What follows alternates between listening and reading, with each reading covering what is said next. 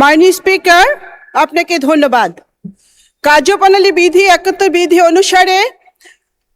অনুসারে মাননীয় অর্থমন্ত্রীর দৃষ্টি আকর্ষণ করে আমার উত্থাপনীয় বিষয় দেশের কয়েকটি ব্যাংকের লুট হওয়া টাকা ৭৫ লক্ষ গ্রাহকের হাতে ফিরিয়ে দেয়া এবং ওই সমস্ত ব্যাংক ডাকাত, ব্যাংক ঠকো, ব্যাংক লুটেরাদের কঠোর শাস্তি প্রদান প্রসঙ্গে মাননীয় স্পিকার, দেশের কয়েকটি ব্যাংকের অনিয়ম দুর্নীতির কারণে এক্সিম ব্যাংক, সোশ্যাল ইসলামী ব্যাংক, ফার্স্ট সিকিউরিটি ইসলামী ব্যাংক, বাংলাদেশ ইসলামী ব্যাংক, গ্লোবাল ইসলামী bank, union bank, national bank, IFIC bank সহ আরও কয়েকটি ব্যাংকে অনিয়ম এবং দুর্নীতির কারণে মালিক পক্ষের অর্থ পাচারের কারণে, লুটের কারণে আজকে দেশের আমানতকারীরা তাদের টাকা তুলতে পারছে না।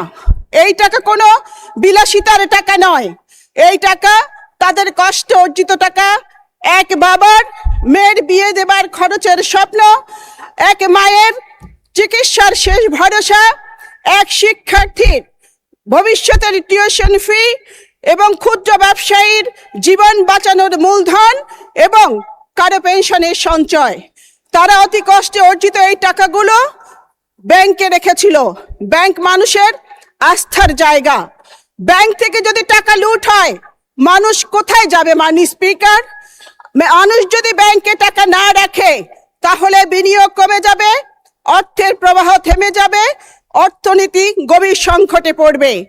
আমরা জনগণের ভোটে নির্বাচিত সরকার, আমরা এটি কোনোভাবেই মেনে নিতে পারি না।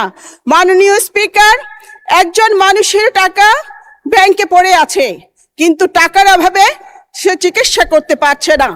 সময় মতো টাকা না পাওয়ার কারণে, তার চিকিৎসা হবার না কারণে অনেকেরই জীবন চলে গেছে মাননীয় স্পিকার।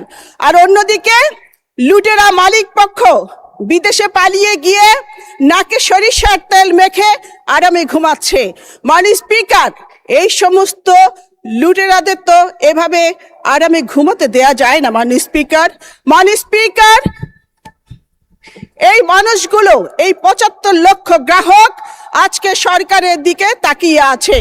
তাদের কান্না, তাদের আর্তনাদ, আজকে তারা ন্যায় বিচার পাওয়ার জন্য রাষ্ট্রের কাছে দাবি জানাচ্ছে। মাননীয় স্পিকার, এই সমস্ত ব্যাংক ঠেকো, ব্যাংক লুটেরা, ব্যাংক ডাকাতদের কঠোর শাস্তি প্রদান করে তাদের সমস্ত সম্পত্তি নিলামে বিক্রি করে গ্রাহকের টাকা গ্রাহকের হাতে ফিরিয়ে দিতে হবে।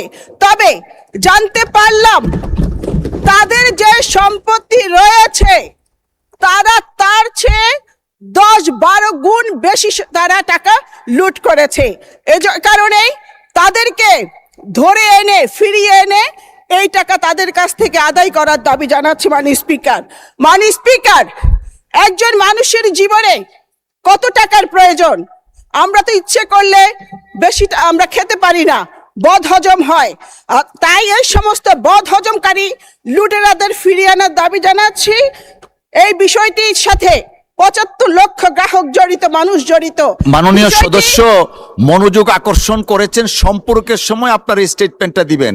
এখন মাননীয় মন্ত্রীকে সুযোগ দিই। লেখা আছে মাননীয় স্পিকার, আমি নোটিশ দেখেই পড়ছি। মাননীয় স্পিকার, বিষয়টি অতি জরুরি বিধায় প্রয়োজনীয় ব্যবস্থা গ্রহণ করবার জন্য মাননীয় অর্থমন্ত্রীর আমি দৃষ্টি আকর্ষণ করছি। আপনাকে ধন্যবাদ।